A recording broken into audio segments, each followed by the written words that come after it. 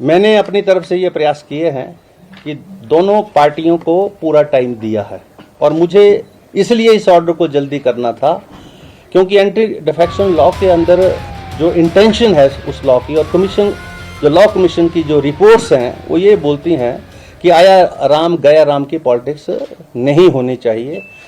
अगर आप as a candidate जब शपथ लेते हैं और शपथ लेने के बाद किसी पॉलिटिकल पार्टी का कैंडिडेट बनते हैं तो आपको जो है उसी ही पार्टी और विचारधारा के साथ रहना चाहिए। जिसका दूसरा पार्ट भी है जिसमें जो है जो प्रोविज़न ऑफ व्हिप नहीं है, जो राज्यसभा की वोटिंग है उसमें व्हिप नहीं है, इसलिए मैं उस पार्ट को छेड़ा नहीं। मैंने उस पार्ट पर मैं नहीं गया, मैं सिर्फ उस पार्ट पर गया हूं जो एंटी डिफेक्शन लॉ के प्रोविज़न को जो है अट्रैक्ट करता है। वो भी पार्ट जो है उसके ऊपर भी मैंने अपना व्यू पॉइंट दिया इस जजमेंट में कि सुप्रीम कोर्ट उस चीज़ को भी अच्छे तरीके से दोबारा से देखे और जो इलेक्शन कमीशन की जो डायरेक्शंस हैं जिसमें उन्होंने वोट जो है दिखा के डालने की बात कही है, नहीं दिखाएंगे तो इनवैलिड हो जाएगा वोट। लेकिन वोटर तो ठीक है कि वोटर जो है स्वतंत्र होना चाहिए वोट देने के लिए और उस पर किसी प्रकार का दबाव नहीं होना चाहिए। लेकिन वो जो वोटर है, जो लोकतंत्र प्रजातंत्र की जो मूलभूत नींव है, जहां चुनाव होता है, पार्लियामेंट्री डेमोक्रेसीज और के माध्यम से पार्लियामेंट बनती है, असेंबलीज बनती हैं, वो जो एथिक्स है उसको भी तो जो है उस एथिक्स के अनुरूप भी तो काम करे। वो रिप्रेजेंटेटिव है 80,000 लोगों का और उन 80,000 में से 40,000 वो लोग हैं जिन्होंने वोट देकर उसको बनाया और बनाने के बाद जब वो यहाँ आता है तो वो अपनी मर्जी से वोट डालकर जो है, क्योंकि ये तो दो पॉलिटिकल आइडियोलॉजी की लड़ाई हो रही है, कांग्रेस की हो रही है, भारतीय जनता पार्टी की हो रही है। आप जिस पार्टी से हैं उस पार्टी के जो है उसकी एथिक्स को डिफाई करके आप जो है दूसरे को वोट देते हैं। This is unethical, this is what I have said in the judgement also. The supreme court में take a cognizance of that also, but I have mainly touched the other part जो यहाँ पर जो है whip की उल्लंघना हुई और व्हिप की उल्लंघना से उन माननीय सदस्यों ने जो है एंटी डिफेक्शन लॉ के जो प्रोविजंस है वो अट्रैक्ट किए और उनको मैं यहाँ से बर्खास्त कर रहा हूँ इस सदन से। इनके नाम पढ़ देते ये पिटिशनर हैं श्री चैतन्य शर्मा जी। यहाँ लिखिए। इसमें मैं नाम पढ़ने छः ये पिटिशनर 6 के खिलाफ थी ये।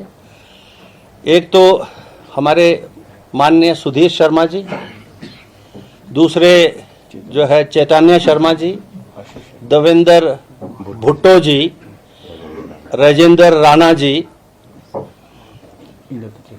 इंद्रदत्त लखनपाल जी और रवि ठाकुर।